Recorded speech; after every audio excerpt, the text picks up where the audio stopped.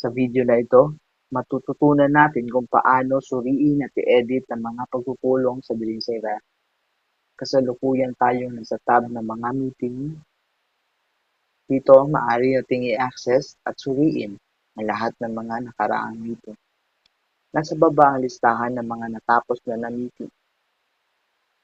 Tandaan, maaari mo lamang i-edit ang nakaraang meeting sa listahan at ang mga natitirang meeting maaari mo lamang tingnan. Itap ang anumang meeting para buksan ito. Halimbawa, meeting 10. Pindutin natin ang i-review ang meeting. Pindutin ng OK. Pindutin ng OK. Ngayon, maaari nating suriin ang lahat ng transaksyon na naitala sa meeting na iyon. Magsimula tayo sa pamamagitan ng pagsuri ng attendance. Kapag tama naman ang lahat. Pagkatapos suriin ang pulong, kailangan mong tapusin at isara ito.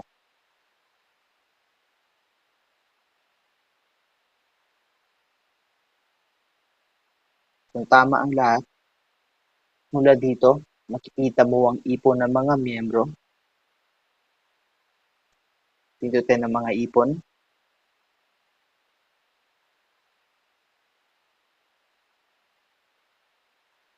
Pagkatapos, pwede na nating isara ito.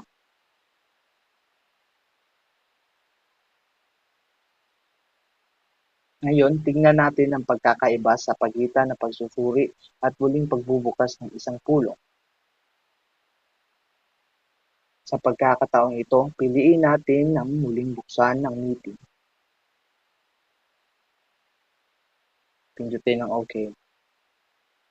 Pindutin ng Oo. Makakakita ka ng isang abiso na nagpapakita ng kahihinatnan ng muling pagbubukas ng isang meeting. Halimbawa, ang mensahe ng notification ay ipapadala sa mga miyembro. Pindutin ng OK. Sabihin natin, halimbawa, isang miyembro ang nagsabi na ang kanyang record para sa nakaraang linggo ay hindi tama at kailangan nating ibahin.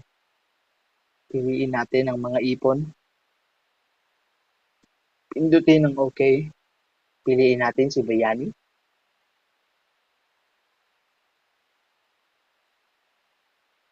At i-edit natin ang kanyang ipon. Pindutin ng tapos na at piliin ang Oo.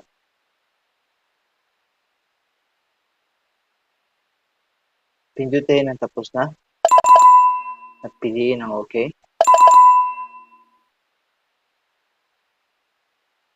Gaya na nasabi ko kanina, kailangan mong tapusin ang meeting at i-back up. Pindutin ng OK.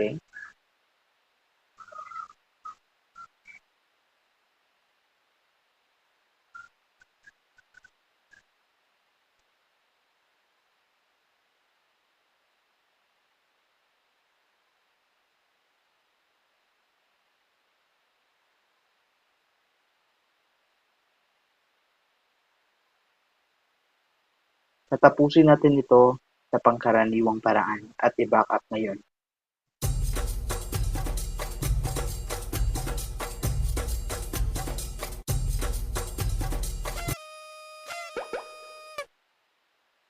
Maraming salamat sa panonood.